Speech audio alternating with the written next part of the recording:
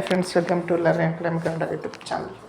ಮೊದಲ ಬಾರಿ ನಮ್ಮೊಂದು YouTube channel ನೋಡ್ತಾ ಇದ್ದಾರೆ ಅಥವಾ ಇಲ್ಲಿವರೆಗೂ ಸಬ್ಸ್ಕ್ರೈಬ್ ಮಾಡದಿದ್ದರೆ ಸಬ್ಸ್ಕ್ರೈಬ್ ಮಾಡಿ ಮತ್ತು ಸಪೋರ್ಟ್ ಮಾಡಿ ಅಂತ ಹೇಳ್ತಾ ಇವತ್ತಿನ ಒಂದು ವಿಡಿಯೋ ಬಂದುಬಿಟ್ಟು KSEPC ಹೊಸ ನೇಮಕಾತಿ ಬಗ್ಗೆ ಒಂದು ಎಕ್ಸ್ಕ್ಲೂಸಿವ್ ಅಪ್ಡೇಟ್. ಏನಪ್ಪ ಅಂತಂದರೆ CRDR ನೇಮಕಾತಿಯನ್ನು ನಡೀತಾ ಇತ್ತು. ಅದು ಈ ಹಿಂದೆ 10ನೇ ತರಗತಿ ಆಧಾರದ ಮೇಲೆ ನಡೀತಾ ಇತ್ತು.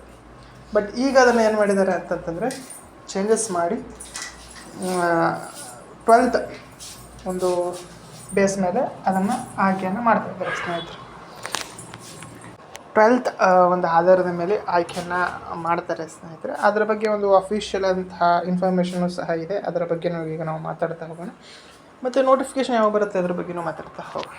ಓಕೆ, ಮೊದಲಿಗೆ ಬಂದ್ಬಿಟ್ಟು ಈಗ ನೀವು ನೋಡ್ತಾ ಇರುವಂಥದ್ದು ಸ್ಕ್ರೀನ್ ಮೇಲೆ ಏನಪ್ಪ ಅಂತಂದರೆ ಆರ್ಮ್ ಪೊಲೀಸ್ ಕಾನ್ಸ್ಟೇಬಲ್ ಅಂದರೆ CRDR ಮೆನ್. ಇದು ಕೇವಲ ಮೆನ್ ಕ್ಯಾಂಡಿಡೇಟ್ಗೆ ಮಾತ್ರ ಇರುವಂತಹ ಒಂದು ನೇಮಕಾತಿ ಆಗಿರುತ್ತೆ. ಇದರಲ್ಲಿ ಒಂದು ಏಜ್ ರಿಸ್ಟ್ರಿಕ್ಷನ್ ಸಂಬಂಧಿಸಿರುವಂತೆ ಈಗಾಗಲೇ ನಾನು ಏನು ಮಾಡಿದ್ದೀನಿ ಅಂತಂತಂದರೆ ಇನ್ಫಾರ್ಮೇಷನನ್ನು ನೀಡಿದ್ದೇನೆ ಸ್ನೇಹಿತರೆ. ಈಗ ನೀವು ಸ್ಕ್ರೀನ್ ಮೇಲೆ ನೋಡ್ತಾ ಇರುವಂಥದ್ದು ಆರ್ಮಡ್ ಪೊಲೀಸ್ ಕಾನ್ಸ್ಟೇಬಲ್ CR ಮತ್ತು DR. ಇದು ಮೆನ್ ಕ್ಯಾಂಡಿಡೇಟ್ಗೆ ಮಾತ್ರ ಅಪ್ಲೈ ಮಾಡುವಂಥದ್ದು, ನಿಮ್ಮೆಲ್ಲರಿಗೂ ಸಹ ಗೊತ್ತು. ಇದರಲ್ಲಿ ಏನಪ್ಪ ಅಂತಂತಂದರೆ ಕೆಲವೊಂದು ಬದಲಾವಣೆಯನ್ನು ಮಾಡಿದ್ದಾರೆ.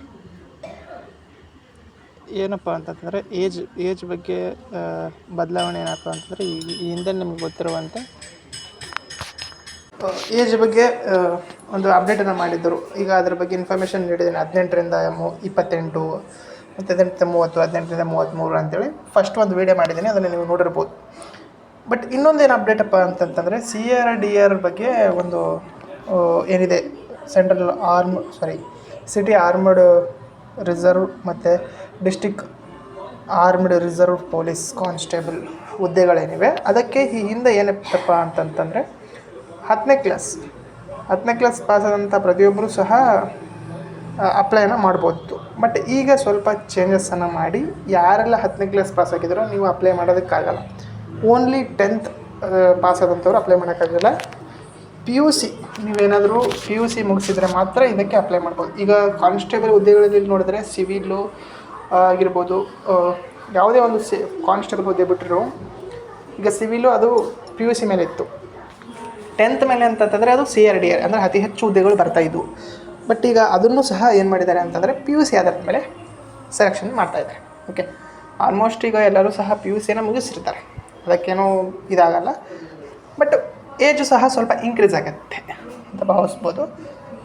ಈಗೇನು ಸಿವಿಲ್ಗೆ ಸ್ಟಾರ್ಟಿಂಗೇ ಇರುವಂಥದ್ದು 19ರಿಂದ ಸ್ಟಾರ್ಟ್ ಆಗುತ್ತೆ ಅಪ್ಲಿಕೇಶನ್ ಆಗೋದಕ್ಕೆ. ಅದನ್ನು ಇದರಲ್ಲಿ ಮಾಡಿಲ್ಲ, ಬಟ್ ಇದರಲ್ಲೂ ಮತ್ತು ಅದರಲ್ಲೂ ಸೇಮ್ ಮಾಡಿದ್ದಾರೆ. ಇವಾಗ 18ರಿಂದ ಆರಂಭ ಆಗುತ್ತೆ ಅರ್ಜಿ ಹಾಕೋದಕ್ಕೆ. 18 ವಯಸ್ಸಂಥ ಪ್ರತಿಯೊಬ್ಬರು ಸಹ ಅರ್ಜಿಯನ್ನು ಸಲ್ಲಿಸ್ಬೋದು.